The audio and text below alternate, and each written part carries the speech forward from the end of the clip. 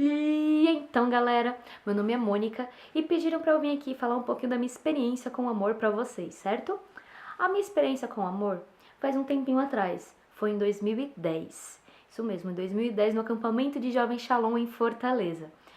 Mas pra vocês entenderem um pouco da minha experiência, por que que eu fui parar em Fortaleza, vou contar pra vocês um pouquinho da minha história, certo?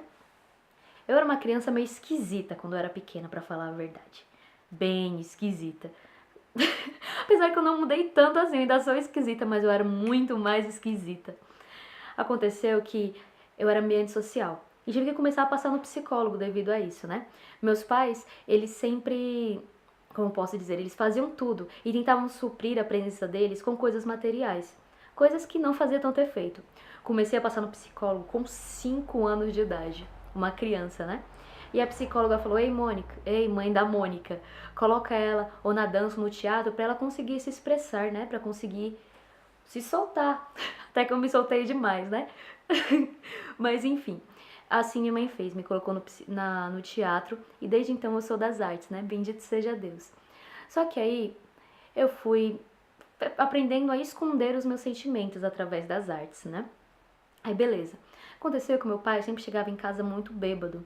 Eu lembro, né, vagamente do meu pai quebrando vários pratos, quebrando o controle, imagens de espelho sendo quebrado, porque meu pai pegava o controle e tacava, tipo, na frente do espelho, o espelho quebrava todinho. Pratos de comida que meu pai tacava em direção à minha mãe. Enfim, era complicada a situação dentro de casa, né? Devido a tudo isso, eu fui começando a me revoltar, me revoltava comigo mesmo, me revoltava com o mundo, me revoltava com todo mundo. Principalmente com os meus pais, né? Conheci um movimento chamado emo. Nesse movimento, a gente gosta de sofrer, né? A gente cultuava o sofrimento, a gente ouvia músicas que traziam para nós a sensação de sofrimento. Então a gente incorporava a forma de ser vítima, de se fazer de vítima. E tinha épocas que eu só me via calma, só conseguia me tranquilizar quando eu via o meu sangue escorrendo. E isso é muito forte, né? Hoje em dia eu olho e lembro do passado e falo, meu Deus, né? A que ponto eu cheguei? E bendito seja Deus porque Ele me livrou. E eu me cortava por muitas vezes, me mutilava. E devido a esse movimento, fui conhecendo outros movimentos. Conheci o gótico. E esse gótico, a gente cultuava a morte. Aí eu já fui para cemitérios, vi rituais satânicos. Não cheguei a participar porque eu era meio medrosa, mas cheguei a ver rituais satânicos, ir para cemitérios, né? Andar com turmas assim. E pesquisar sobre o satanismo, correr atrás dessas culturas e cada vez procurar me aprofundar mais. E dentro de casa era aquela bagunça. Quando meu pai brigava com minha mãe, eu já ia pro quarto, me cortava. Eu já ia pro quarto pesquisar coisas do bicho ruim, né? Porque pelo amor de Deus.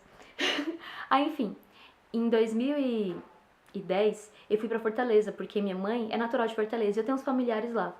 Uma irmã da comunidade Aliança chegou na minha tia e falou do acampamento de jovens. E minha tia foi e pagou o meu acampamento.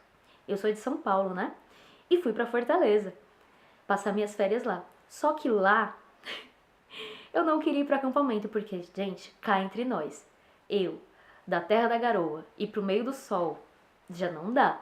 E também, gente, pra onde eu iria pra um lugar onde eu não conheço ninguém?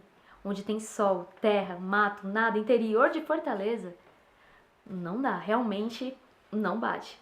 Mas aí tal, minha tia arrumou minhas coisas e tal, eu resolvi ir. E eu fui. Chegando lá no acampamento, eu fui olhando para aquelas pessoas assim, muito felizes, muito assim, bendito seja, aquele sorriso, né, que a gente olha assim e fala, meu Deus, isso aí é mentira, isso aí não existe. E beleza, os dias foram passando e eu, como muito competitiva que eu sou, amei o lazer do acampamento, né, porque o lazer do acampamento é demais. E eu indo e eu competia, aí chegou na quarta-feira. Até lá eu não participava de nenhum momento. Eu ouvi oração em línguas, eu dava muita risada, porque eu nunca tive contato com isso. Apesar de eu ir pra igreja, eu ia obrigada. Mas até pra fugir da realidade em que eu vivia dentro de casa. E nem acreditava tanto assim, né? Não é à toa que, enfim, eu fiz o que eu fiz. E eu fui, né? E aquela oração em língua eu ria demais. Aí beleza, chegou na quarta-feira.